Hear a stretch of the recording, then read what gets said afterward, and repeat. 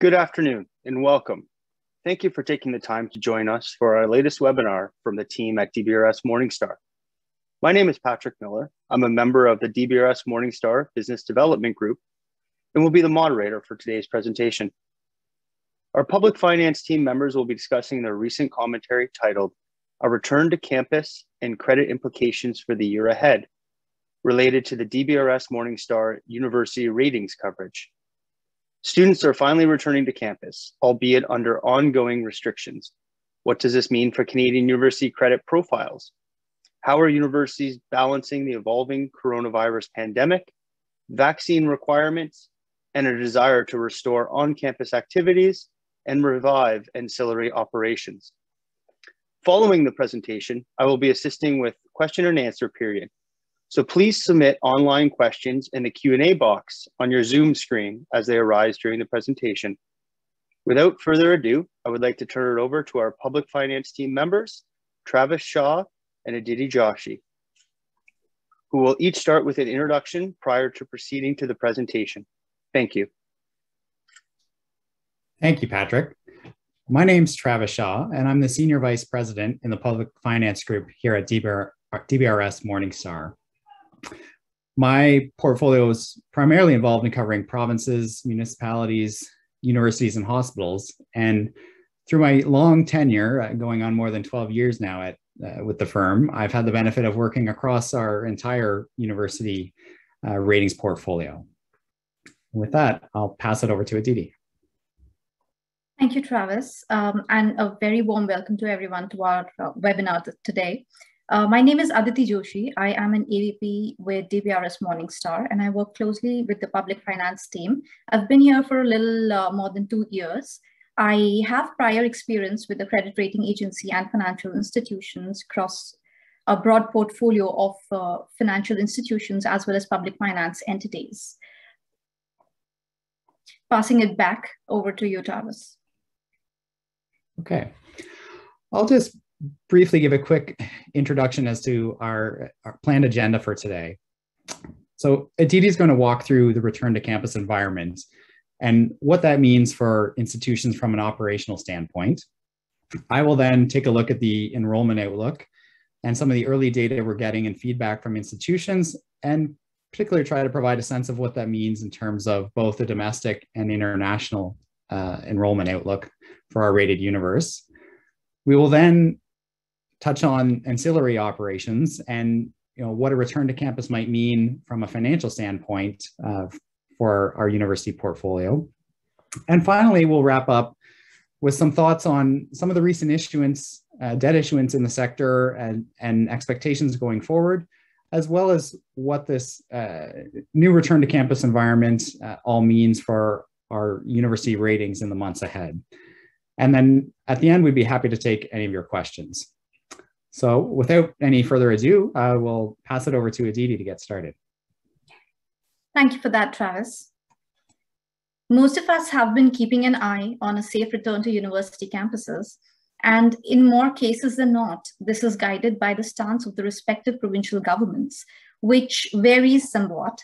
I will briefly discuss guidelines for the 3 provinces in which we rate universities.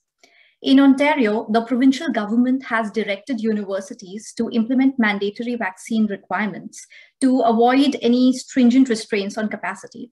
And while the province may have eased certain restrictions, we're hearing that most of the universities in Ontario will continue to implement capacity limits, at least to some extent. Some universities in British Columbia are also implementing vaccine mandates as well, although on a discretionary basis, and these are largely limited to non-essential activities. And while there are no mandatory inoculation requirements in Quebec, the use of face masks and physical distancing is largely being implemented. Coming back to Ontario, universities here require students to receive both doses of the vaccine by mid-October in most cases, if they expect to be allowed on campus. If not fully vaccinated, not only students, but also other staff members or visitors are expected to, they need to be prepared to periodically submit themselves for rapid tests. Universities will allow certain permitted exemptions, but these are largely expected to be fairly limited. And this is also true for staff and visitors, like I mentioned. In the same vein, restrictions on capacity, both in classrooms as well as common areas such as residences, dining halls, etc., will also be practiced. To ensure a completely safe return, all universities in our rated universe will maintain certain practices or at least adhere to a combination of some of the following, which might include enhanced cleaning and ventilation practices, potentially requiring students to make reservations ahead of time, and also adhering to screening requirements to be able to access campus facilities. In addition to mandating mask wearing and as well as physical distancing measures, many will also make available additional health services that will help monitor and track any symptoms or make arrangements to accommodate isolating residents, etc. Now, we understand that this will require a greater degree of monitoring as well as involvement from the part of universities.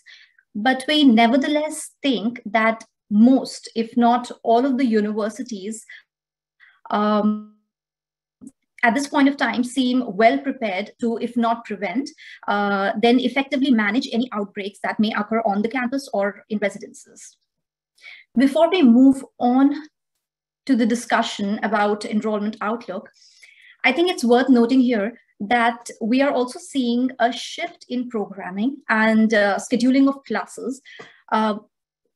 This change largely involves accommodating a greater percentage of courses that will be made available for online learning to students. And while this may be a trend that sticks, there is a strong inclination on the part of universities as well as a push from students to be able to return to campus activities to the extent possible. In recent years, we've seen many universities work proactively to enrich or improve the overall student experience. And we think that a campus experience will continue to remain an integral part of higher education in Canada. I'll now let Travis discuss enrollment outlook for these universities. Can we move on to the next slide, please? Thank you. So as Aditi has mentioned, obviously the return to campus environment is critically important, in particular because it supports the student experience and the desire to want to pursue a post-secondary education. And we think that has some favorable dynamics in terms of overall demand. So I'd like to give just a brief update in terms of what we're hearing from our university constituents and some of the early data that we've seen so far. Enrollment is obviously a critical driver in terms of university financial performance, and that's why we focus on it so heavily. So we have got some, early data from the Ontario University's Application Centre, which does provide some system-wide data provincially. Unfortunately, we don't have the same for other jurisdictions, but nevertheless, we are hearing and seeing somewhat similar trends. So I'll touch on these charts a little bit to provide some context. The first chart on the left there shows the overall system-wide change in system-wide enrollment. And I would just provide a word of caution here that this is for full-time first-year fall entry undergraduate students. So it is not a comprehensive data set, but nevertheless, it's a critical one because this is certainly a key driver looking at the incoming undergraduate students. So there's in terms of the outlook for confirmed applicants from secondary school, from a secondary school setting, we are seeing an overall system-wide increase of 1%. And that's encouraging because these are, well, not entirely, these are largely domestic students. And that's, one generally consistent with what we're seeing in terms of the, overall demographic projections. And it's consistent with past trends where we've seen a steady, albeit modest growth in overall domestic student enrollment. So that's certainly positive. On the other hand, where we are seeing some pressure, if you look at the red bars on the left-hand chart, shows the confirmed applicants from non-secondary school setting. These would consist of both mature students as well as international students, and those coming just from other settings other than directly from secondary school. And this is where we are seeing some softness with a modest decline of less than 1% for the current year. And generally that's consistent with what we're hearing from institutions. And this reflects the fact that for international students, it is still challenging to pursue an education abroad, be it from a whole host of factors, varying public health measures in different jurisdictions, both home and here, as well as different rates of vaccination and availability of vaccines. And then there's also processing delays when it comes to study permits. And we've heard certainly a lot of stories about a backlog in processing of study permits that somewhat impedes the improvement in an international enrollment. Nevertheless, we do think the challenge is fairly modest and manageable at this point. So when we look at the other chart on the right-hand side, this shows a similar data set, although it's looking across individual universities in Ontario that we rate. And again, I would just caution you from against using the data to compare across institutions, because it's not strictly comparing apples and apples, but it does provide some useful insight when you look at an individual institution in terms of the year-over-year changes in both secondary and non-secondary school confirmations, and how that compares to their budget expectations. Now, this information isn't on a full-time equivalent basis that we would typically look at for our key financial metrics, but it nevertheless provides an indication of the trends. And you will see that for some institutions, they may be showing some more notable declines on a year-over-year basis in terms of first-year intake. But you have to look at that in context with what their spring budget expectations were. And for some of those, they will have budgeted very cautiously. And in fact, we are hearing that in fact, some are certainly ahead of plan. Well, for others, it may be the opposite. They may be showing a larger increase, but had they budgeted more aggressively, they may not be quite meeting targets. So just use these with a grain of sand, but generally, we're seeing a fairly consistent trends across the sector.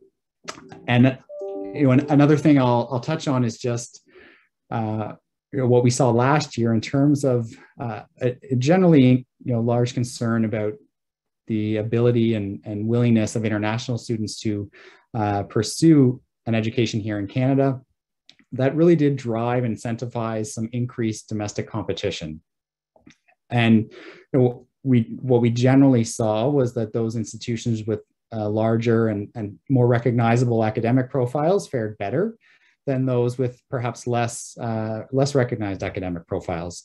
And we do expect this trend to persist again this year, although it may not necessarily be equal and identical response for each institution. And I think generally we'd expect it to be a bit more muted than what we saw at this time last year.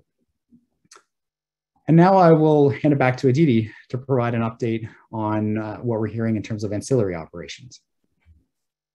Thank you, Travis. That was a great overview on the enrollment front and a great segue into our next section where we discuss ancillary operations, which aside from enrollment have presented possibly some of the most prominent challenges directly related to the pandemic.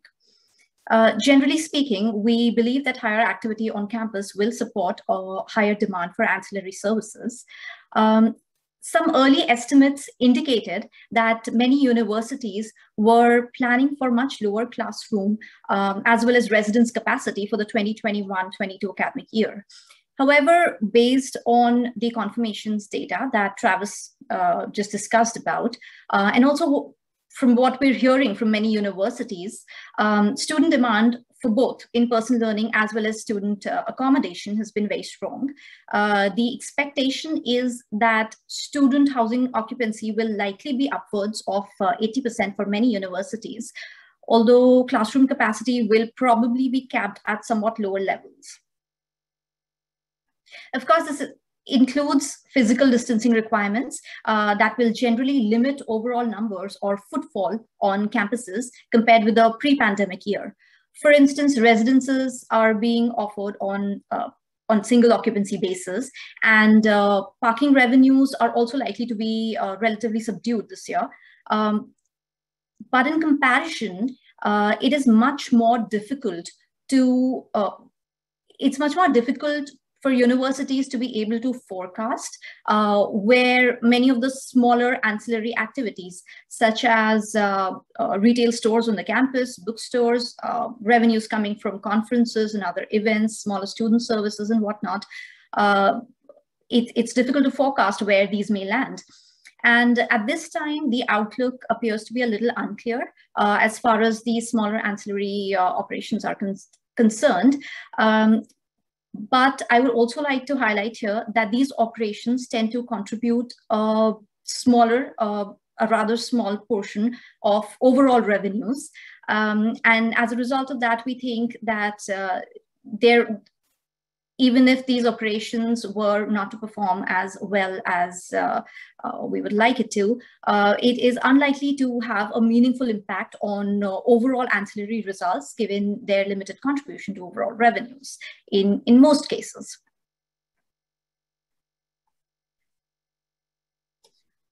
In terms of the ancillary results, the likelihood of overall ancillary deficits cannot entirely be eliminated for sure. However, we believe that some universities may end up using ancillary reserves or employing internal loans or prior year surpluses to be able to manage through a deficit position. I want to, however, emphasize here that there are favorable factors in play for ancillary operations, but also that these may help mitigate some of the largest financial pressures from last year. And as such, we believe that ancillary operations may end up providing an upside to overall operating performance of universities. Over to you, Travis, to take us through to the last section of the presentation. Great. So what does all this mean for university credit ratings? Well, based on the current outlook and increased on-campus activity and utilization of ancillary operations and a largely manageable enrollment outlook, we do expect to see a general improvement in operating performance across universities, just reiterating what Aditi has already mentioned. Now, while we do expect there to be some ongoing pressures, in particular, some longer-term questions about the funding environment as provinces still grapple with large deficits, and nevertheless, as we know, and as a reminder for others, the operating picture doesn't have a particularly big influence on borrowing and financing plans for universities. And when we look at overall capital plans and debt needs, most institutions have certainly been more focused on managing the pandemic. And as such, their capital plans in some cases maybe haven't progressed as quickly as they otherwise would have. You know, at this time last year, and certainly, you know, early on as the pandemic was setting in, there was speculation and expectations that we may see senior governments launch large infrastructure programs in order to stimulate an economic recovery.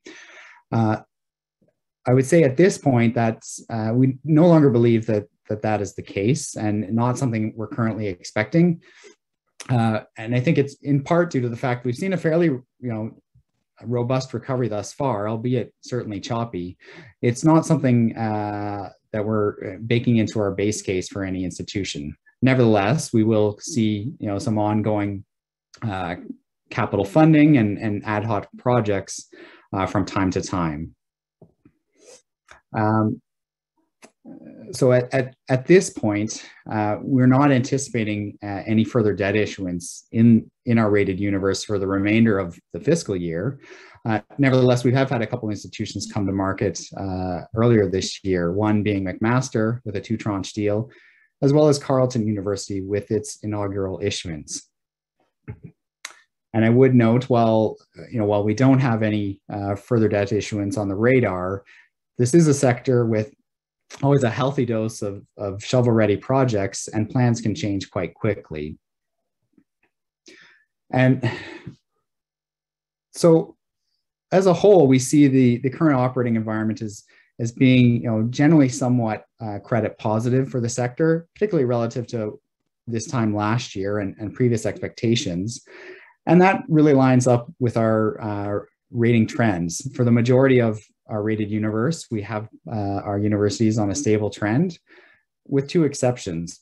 One, the first one being Guelph University, or University of Guelph rather, and this is where we had placed Guelph on a positive trend just prior to the onset of the pandemic in early March of 2020. And at that time, we set out, 3 conditions that need to be met to achieve an upgrade. One being a declining debt burden on a debt per FTE basis. Another, continued progress towards the implementation and transition to the university pension plan, and also increased confidence that the university would be able to manage through a challenging operating environment. Now, at the time of our most recent review this past spring, we did indicate that we felt the first 2 conditions have been met, but it was still premature to make a determination on the third, and we've opted to maintain the positive trend.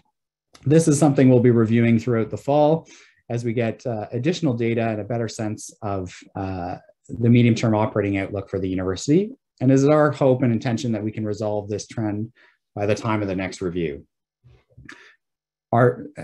Secondly, the other institution that we have on a trend is Brock University. And for this one, we placed on a negative trend this past March. And that largely reflects the fact that the university has underperformed our expectations relative to what we were anticipating following their previous debt issuance in the year prior. I would note that Brock is one of the institutions that was really disproportionately affected by that increased domestic competition. And as a result, we saw some underperformance in both enrollment and some of their financial metrics. So what we've indicated thus far is that in order to mitigate any further negative rating action, we'll be looking to see some turnaround in terms of their enrollment outlook as relative to our expectation, as well as broader improvement in their financial metrics from what we had looked at the time of the last review. And that could be driven by a few different things, including what we've talked about here is the increased level of on-campus activity that may drive and contribute to stronger financial performance and contribution from ancillary operations. So that's something we're going to be looking across sectors, but particularly focusing on for our institutions that we have on trends that are other than stable. So with that, I'll hand it back to Patrick, and we'd be happy to take any questions that you may have.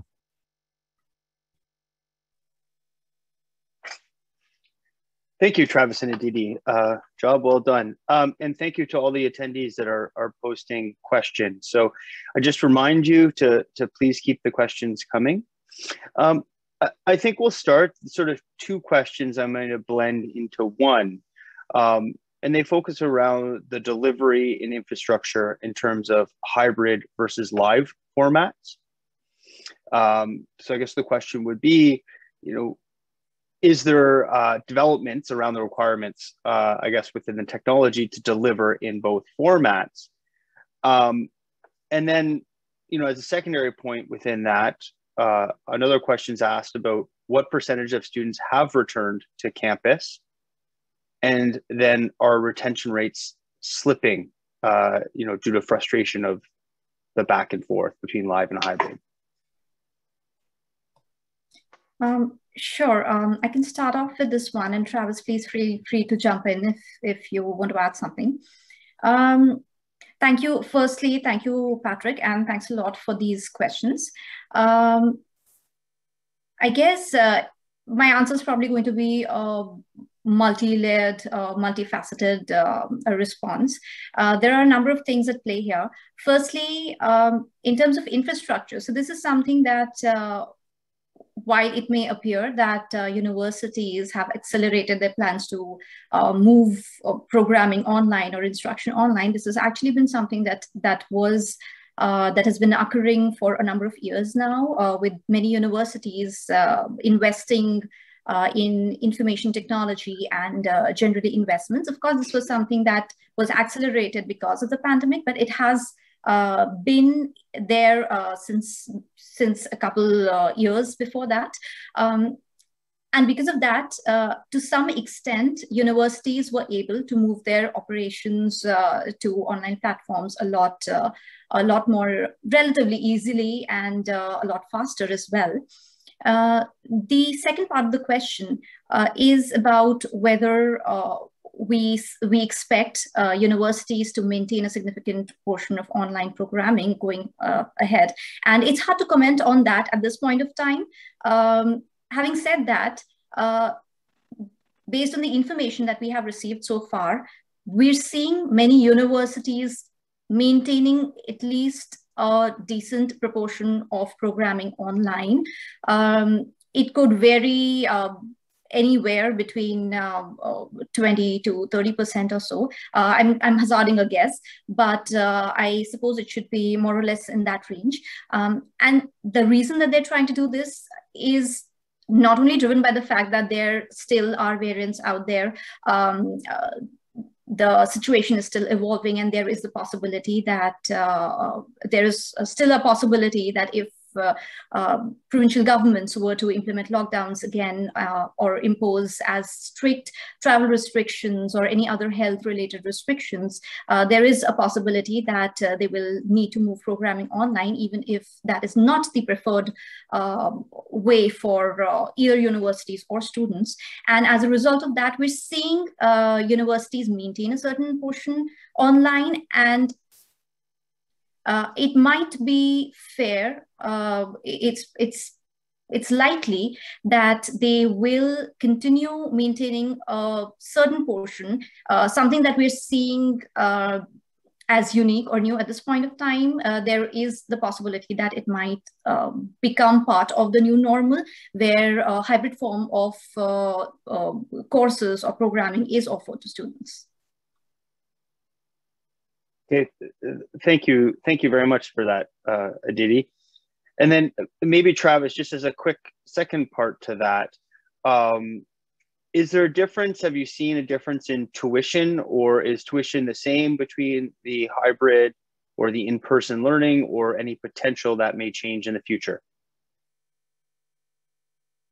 That's a great question, and obviously critically important, because tuition, with constrained government funding, tuition is the key variable to the extent universities have flexibility to adjust it, and it is quite limited. So I'm not aware of specific adjustments that institutions are making for students based on your decision or their decision to offer online versus in-person learning. I think what the general approach has been to, there's a recognition that the virtual environment was not ideal last year. It was done out of necessity.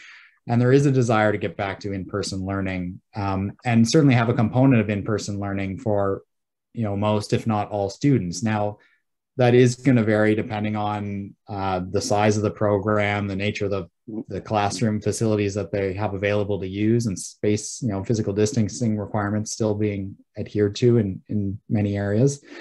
But I do think the expectation is that, for, particularly, for incoming students, I think you can expect that they're going to want to get some in-person learning. It may be modest, and it may change for, it may be different for a first year versus a fourth year student. So, I know we've got some questions in terms of, overall retention and what we're seeing in terms of the actual physical activity on campus. I don't think, I mean, I guess I'll point to residences as an example. Most universities did budget fairly conservatively heading into this year in terms of residence occupancy. And in many, if not almost all cases, they are seeing ahead of plan. The demand was there. Students wanted to be on campus. In terms of accommodation, even if it means they may still be, just, dialing in virtually to their class from their dorm. So it is a bit of a varied approach, and overall, I don't see that changing dramatically because universities have few levers to pull in terms of generating revenues.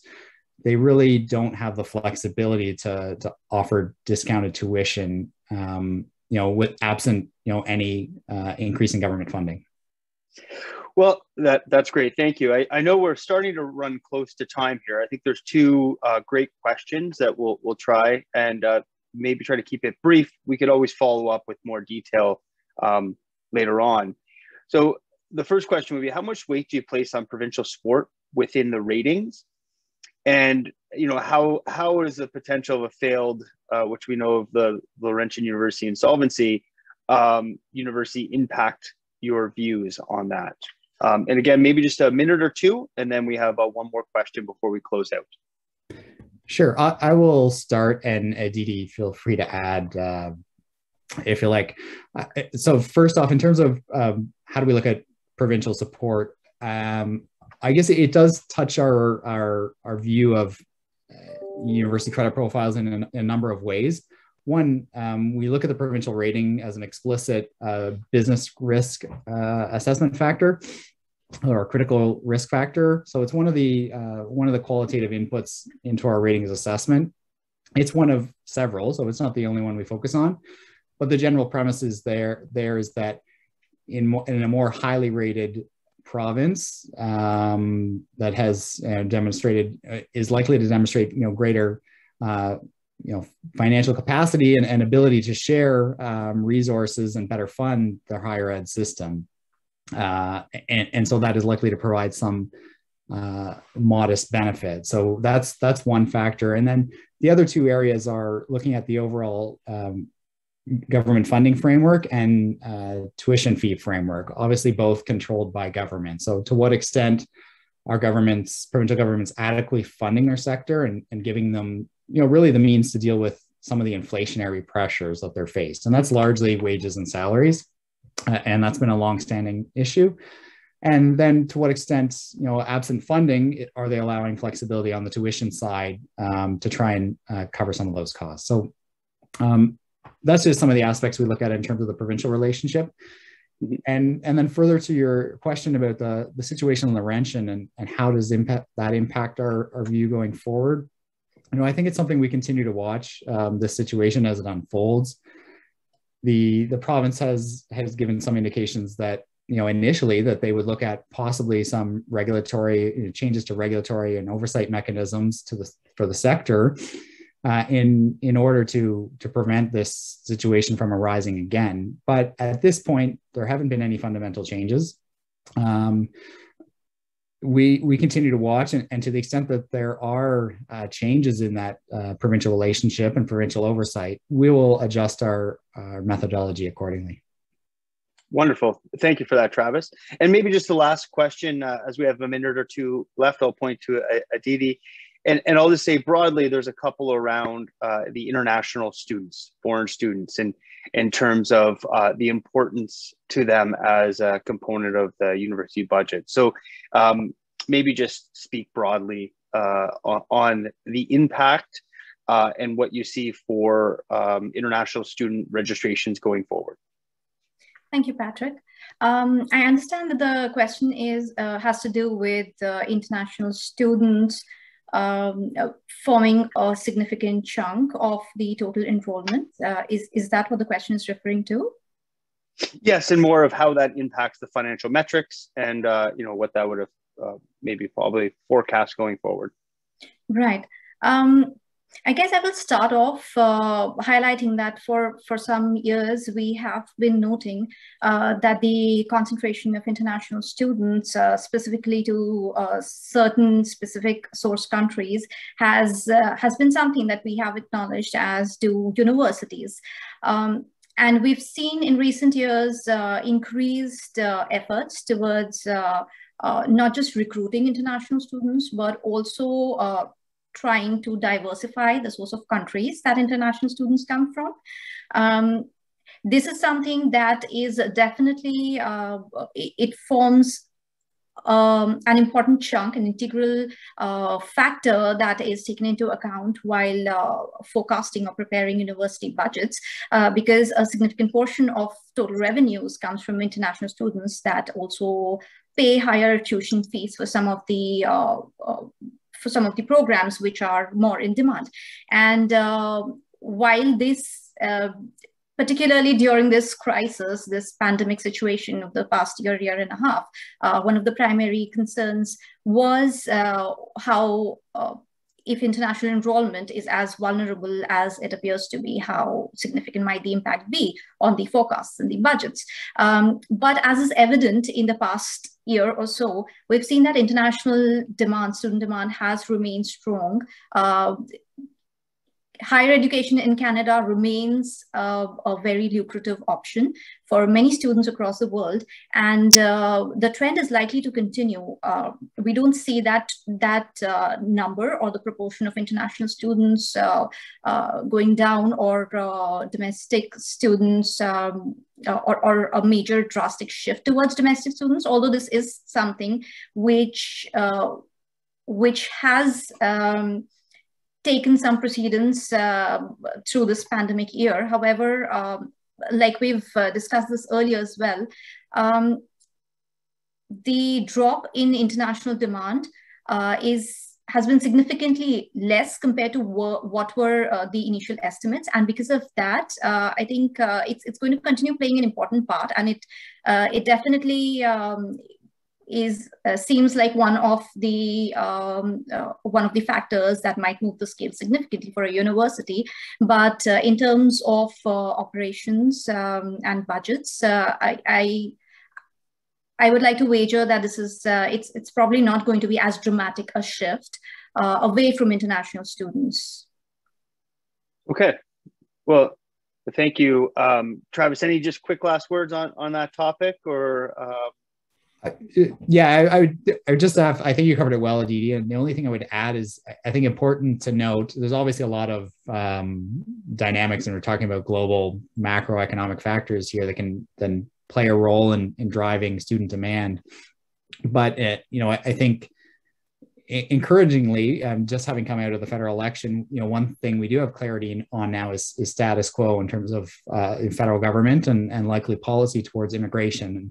And that's one where the Liberal government had previously communicated a desire to increase international immigration to really kind of make up for lost time during the pandemic and the lower intake that we had throughout. So, I do think, broadly speaking, that's going to be favorable for international enrollment going forward, but it's going to be bumpy and take a little time to recover. Excellent. Well, Aditi and Travis, thank you very much for your input and your views on the university sector. And most importantly, to all the attendees that joined us. We have reached the end of the question and answer period. We hope that you found the presentation informative today. The presentation will be available online for replay in a few days. We know there's some questions we did not get to, and we apologize for that, but our team will reach out with answers. And if any questions come up after this, please don't hesitate to reach out to the public finance team for those answers. Thank you for your time today, and everyone enjoy the rest of your afternoon. Bye-bye.